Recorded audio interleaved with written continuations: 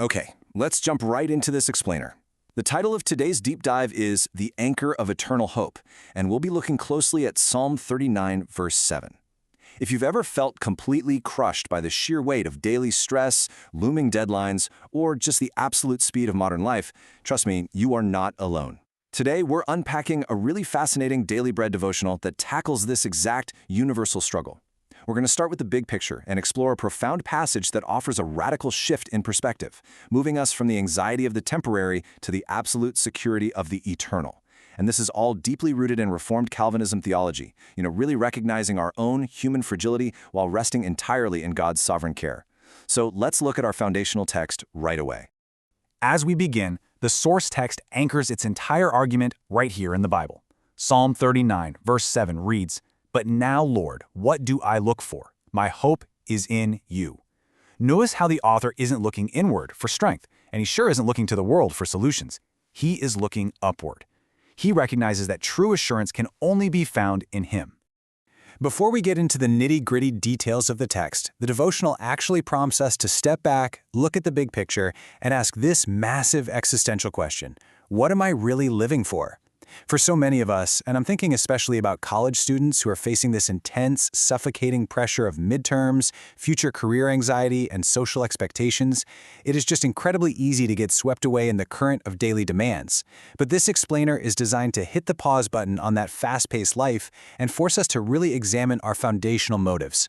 Here is our agenda for today. 1. What are we living for? 2. The brevity of life. 3. Anchoring hope in God. 4. Steps to real hope. And 5. A final reflection. Section 1. What are we living for? Finding meaning in a fast-paced world. Our modern dilemma is that we so often chase meaningless achievements. Just think about it for a second. The relentless comparisons, the obsession with getting the perfect GPA for students, or climbing that corporate ladder for professionals. When our goals are disconnected from God, the pressure just builds, and we get totally overwhelmed by daily stress. We end up overvaluing things that, at the end of the day, simply do not matter. Section 2. The brevity of life. David's reflections in Psalm 39. To give you some historical context, the author of this specific passage in the Bible is King David. Now, this is a man who experienced the absolute highest highs of royalty, military victory, and wealth, but also the lowest lows of betrayal and profound moral failure. Yet, in this quiet, deeply honest reflection, David watches all of it. His greatest successes and his absolute worst mistakes just fade in importance. He realizes that history moves on, and his earthly achievements are absolutely not the ultimate reality. And this brings us to a core theological concept highlighted in the text: life's brevity. The source describes our earthly existence as being like a mere breath or a shadow. It's here for a fleeting second, and then poof, it's gone. This perfectly aligns with a Reformed understanding of human frailty. We are entirely temporal, while God is infinite. Recognizing that our earthly experiences are strictly temporary isn't meant to be depressing, though. Actually, it's meant to be incredibly freeing. It strips away that illusion that we are somehow in control. The crucial takeaway here is this: forgetting life's brevity causes us to overreact to temporary problems. When a college student fails a midterm, or a professional misses out on a promotion, it can feel like the end of the world. Why? Because we've completely lost our eternal perspective. We treat a temporary shadow as if it's the ultimate reality. The text argues that God isn't saying our lives lack value, but he is reminding us not to give temporary problems the power to destroy our peace. Section 3. Anchoring hope in God. Shifting from the temporary to the eternal. The sources actually compare and contrast two very different theories of hope here. First is temporary hope. This is when you place your trust in shifting sands, your own success, other people, or your carefully crafted 5-year plans. Literally, all of those things will eventually fail you. Contrast that with eternal hope. This is hope anchored in God alone as a steady, unfailing foundation. Because he never changes, your hope is absolutely 100% secure. Now, having true peace doesn't mean your problems just magically disappear.